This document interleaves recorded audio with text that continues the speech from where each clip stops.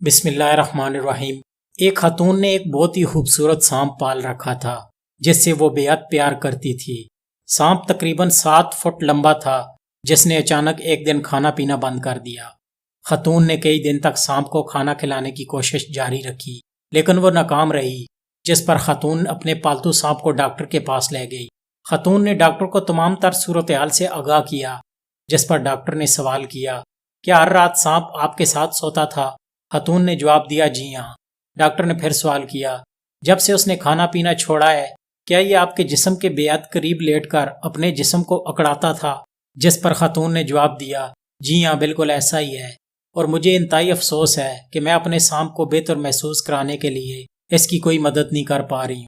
Doctor نے خاتون کا جواب سننے کے بعد کہا، محترمہ آپ کا سانپ بیمار نہیں ہے بلکہ یہ آپ کو کھانے کی تیاری کر رہا ہے۔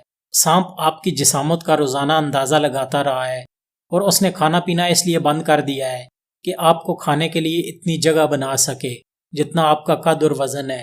خاتون ماہر کی یہ بات سن کر سکتے میں آ گئی۔ اس واقعے سے یہ نتیجہ اخذ ہوتا ہے کہ آپ کو اپنے ارد گرد موجود سانپوں کو پہچاننا ہے جو کہ آپ کے نہایت قریب ہیں، اور اس کا یہ مطلب نہیں کہ وہ آپ کے بارے میں اچھے خیالات رکھتے ہیں۔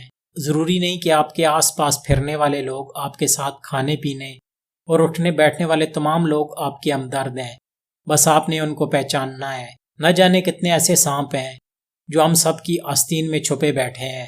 جسے ہم محبت سمجھتے ہیں وہ ہمیں کھانے کی تیاری ہے۔ سمجھتے وہی ہیں جو عقل رکھتے ہیں۔ عقل اور دانشمندی اللہ کی دی ہوئی ایک نعمت ہے جو ہر ایک کو میسر نہیں۔